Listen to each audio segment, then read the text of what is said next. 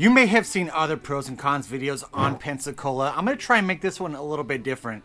Biggest reason being is like the top Pensacola pros and cons video out there.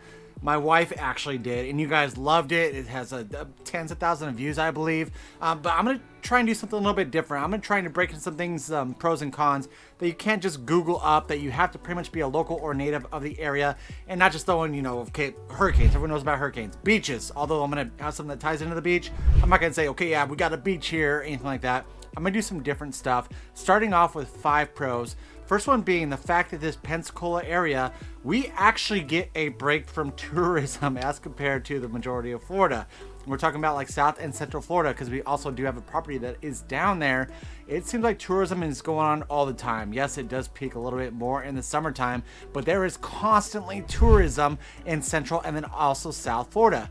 We get a break in this Pensacola metro area. It is actually nice, the fact that, you know, I'd say like spring break is really when it starts to pick up. And then the end of September or right before kids go back to school. And with that, we get to enjoy just kind of being locals of the Pensacola metro area. We get to enjoy those tourist zones that tourists do come and hang out at during the summertime. Without the tourists, it's amazing being able to go to Flounders and there's no crowds whatsoever. Now the downside to that is they don't always have a band since the crowds aren't there, but yeah, having that break from tourism is awesome. And then we get to enjoy it when it comes in the summertime, and by the end of it, you're just done with it. You're like, I'm sick of all these people coming into my area and all these different visitors flocking to the beaches. We get that break, and that is a huge pro about this Pensacola metro area.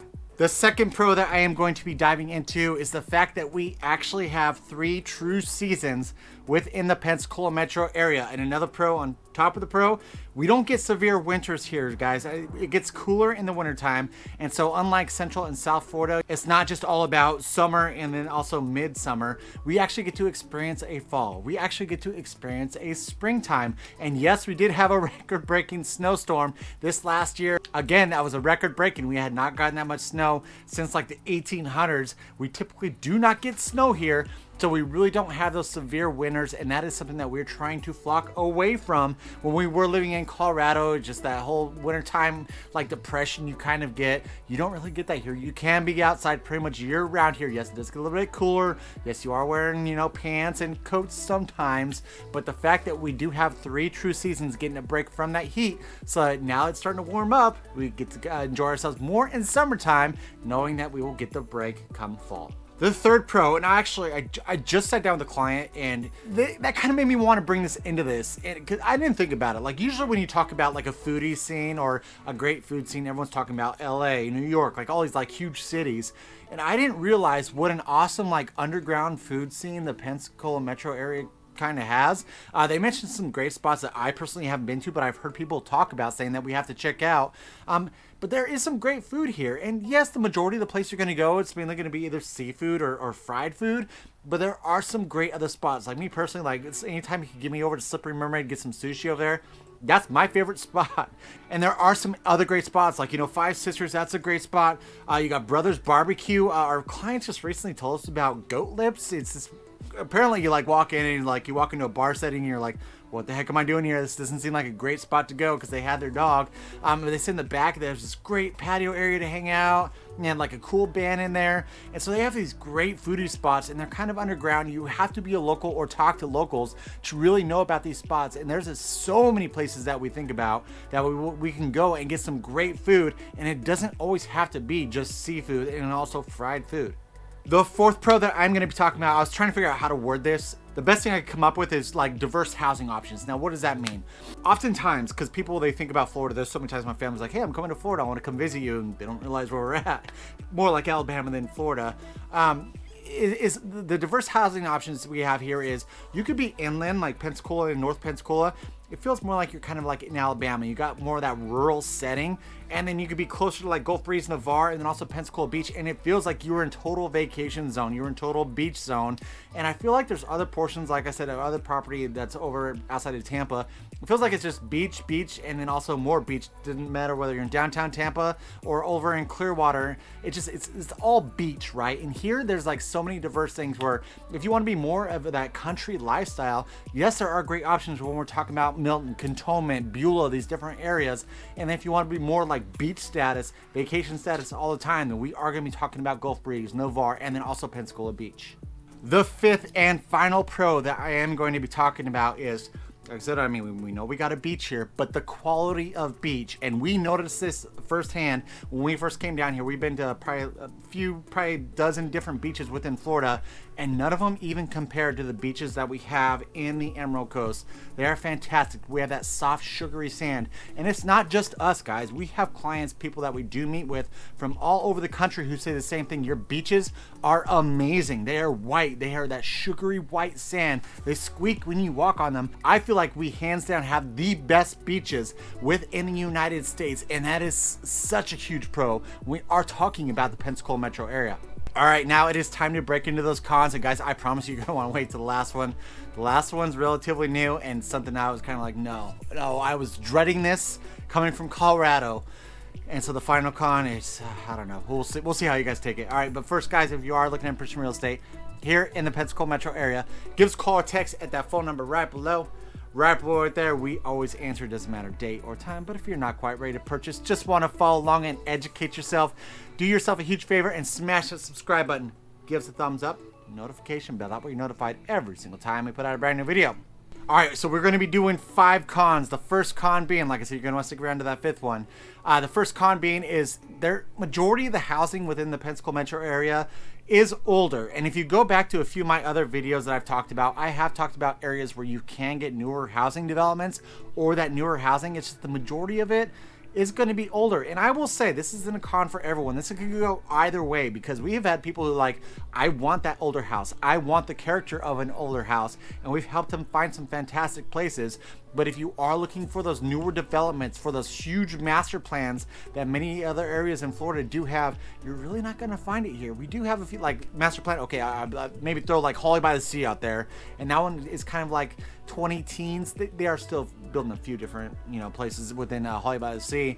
But yeah, you're just really not going to find it here. The majority of your newer housing is going to be Beulah, Pace, Ports of Milton, kind of the midway area of Gulf Breeze, and then also these custom houses that you see, whether they were straight on the Sound, straight on the beach, or even like East Hills kind of thrown in some custom houses. These like onesie twosies. Outside of that, the majority of our housing is going to be older within the Pensacola metro area. The second con, and the one that every year we're like, oh, here it comes, is we do get jellyfish. And if you were in a landlocked state then that I was prior to moving here, I thought jellyfish was like a serious thing. If you got stung by jellyfish, you're getting ran to the hospital, you got your great uncle peeing on you and all this crap. It's really not that big of a deal. I mean, we get stung by jellyfish all the time. Just know that it does happen. There are certain times of the summertime. We do have a lot of jellyfish. Most likely you will get stung. It's not that big of a deal. A bee sting hurts worse than like a jellyfish. Jellyfish, you just like kind of you feel a little bit of a sting. You're like, you kind of like toss them off or something. But yeah, we do get a lot of jellyfish here. When they're swimming through, there are times when we have purple flag days where they want you to stay out of the water because there are so many jellyfish that are kind of migrating through the area. So just know that when you do come here, there's a good chance you're going to approach jellyfish. It's really not that bad though if you had zero exposure to jellyfish before, like I personally did. It's really not that big of a thing. You just got to kind of keep your eyes out when you are enjoying the beautiful waters in the Emerald Coast. The third con, and like I said, guys, I'm really trying to dive into this in a sense that this is stuff that you cannot Google, okay? You kind of Google this one, but like rust and mold. We were in a state that was super dry, so we really didn't have to worry too much about it, but I have started to notice like the frame of my car, I have to keep it clean with some fresh water or so much more because that salt water, that moisture in the air, it does make your metals rust a little bit more. We did realize that mold grows in places that we really expect it to. Like we have a container for our laundry detergent, and we noticed mold is growing on the bottom side of the cap. We're like, what?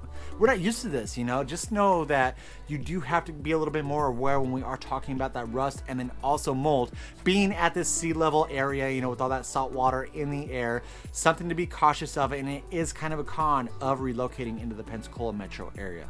The fourth con, we're almost to the fifth one, is going to be the flood zones and then also the wetlands. Again, like I said, anytime that I am talking to you guys or showing you guys properties, I try to latch onto this and make a note. Okay, this is something that people are really concerned about.